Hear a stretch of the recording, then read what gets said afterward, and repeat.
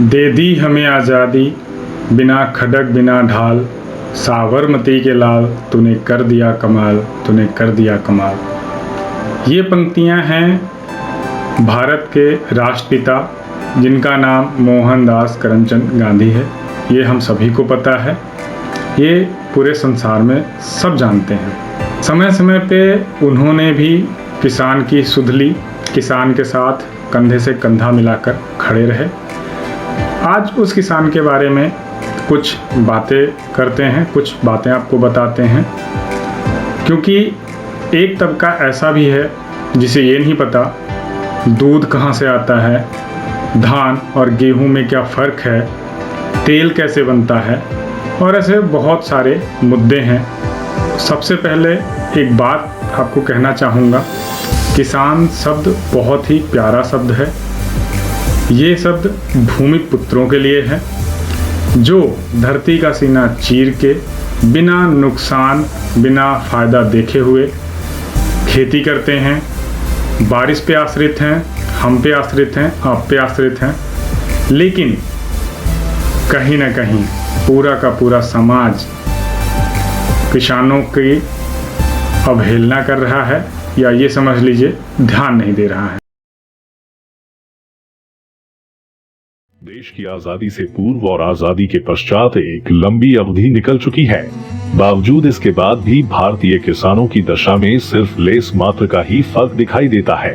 समृद्ध किसानों की बात करें तो उन्हें उंगलियों पर गिना जा सकता है। तेजी से बढ़ती आबादी, औद्योगिकरण एवं नगरीकरण के कारण कृषि योग्य क्षेत्रफल में निरंतर गिरावट किसी से छुपी नहीं है। देश की 70% आबादी गाँवों में रहती है और कृषि पर ही निर्भर है। ऐसे में किसानों की खुशहाली की बात सभी करते हैं और उनके लिए योजनाएं भी बनाते हैं, किंतु उनकी मूलभूत समस्या जो की त्यों बनी रहती है। सबसे बड़ी विडंबना है कि जब कृषि उत्पाद बाजार में पहुंचता है तो उसका मूल्य निरंतर गिरने लगता है और मध्यस्थ सस्ती दरों पर उसका माल क्रय कर लेते हैं, जिससे कृषि घाटे का व्यवसाय बना हुआ है।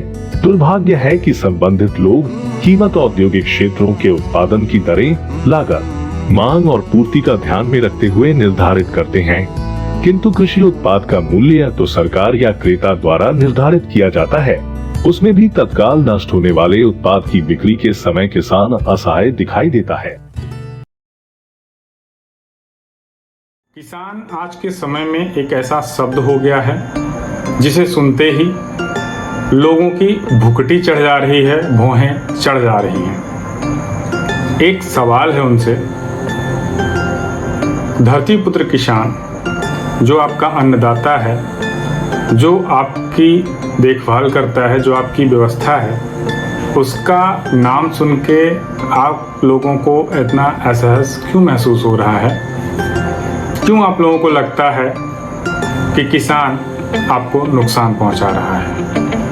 आपको बता दें, किसान कोई नौकरी नहीं है, किसान कोई व्यवसाय नहीं है, किसान एक व्यवस्था है। कुछ लोगों के मन में सवाल उठ रहा होगा, कैसे?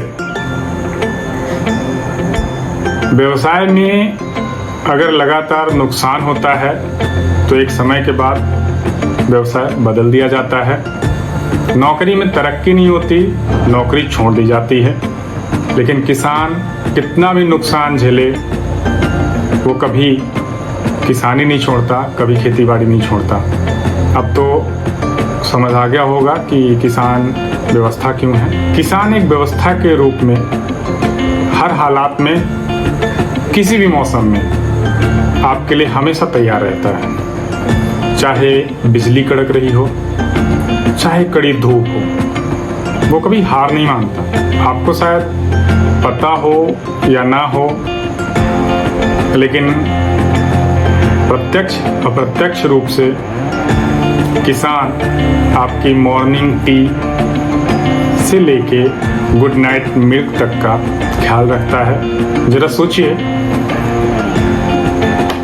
एक दिन आपके चाय में चाय पत्ती ना हो, दूध ना हो, आपको कैसा लगेगा? सोचिएगा इसके बारे में। ये सिर्फ 2-4 चीज़ें हैं जिनसे सुबह से लेके शाम तक हमारा मूड खराब हो सकता है। थोड़ा किसान को और बारीकी से जानते हैं। आपके चाय नाश्ते और खाने भर से नहीं, किसान का नाता आपके कपड़ों से भी है। ये जो आप ब्रांडेड कपड़े पहनते हैं, सॉफ्ट कॉर्नर शूज़ पहनते हैं, ये जिस मटेरियल से बनते हैं, जिन्हें रॉ मटेरियल कहा जाता है, ये भी किसान के खेतों से आते हैं। आपके फ्रूट्स, आपके वेजिटेबल्स, इनडायरेक्टली ये समझ लीजिए, अगर आप अपने घर में हैं तो एक सराउंडिंग रूमिंग मारिए और सोचिए ये चीज़ें कहाँ से आई हैं, कैसे आई हैं और किसने दी हैं आपको। किसान दिन रात बारिश तूफान में अपनी खेतों की रक्षा करता है, कभी प्राकृतिक आपदा से तो कभी जंगली आवारा पशुओं से। खेतों में घुस के वो घास निकालता है, जिन घास की ऊंचाइयां कभी कभी हमारे सर के ऊपर जाती हैं, कंधों के बराबर होती हैं, घुटने तक पानी होते हैं। इसके बावजूद भी खेतों में उतरकर खाद देता है, पौधों की निगरानी करता है, उनकी रेकी करता है, उनके रोगों को जांचता है, मापता है, उसके अनुसार कीटनाशक लाता है, छिड़कता है। ऐसी ऐसी जगहों से चल के वो अपने खेतों पे पहुंचता है जहां हम और आप शायद कभी जाने को तैयार ना हो। पगडंडी होती है, कीचड़ से सनी होती है, कांटे होते हैं और भी बहुत सारी आपदाएं होती हैं। उसके बावजूद भी किसान अपने खेतों में पहुंचता है, उन्हें तैयार करता है, उनकी फसल तैयार करता है और हमारे और आपके थाली में परोसता है। इतना ही नहीं, और भी आपदाएं हैं। किसान का बच्चा शिक्षित नहीं हो पाता। वजह सीधी सी है, खेत कोई 10 बाई 10 का कमरा तो है नहीं जहां एक कोने में आपने कुर्सी टिकाई और पूरी निगरानी कर ली।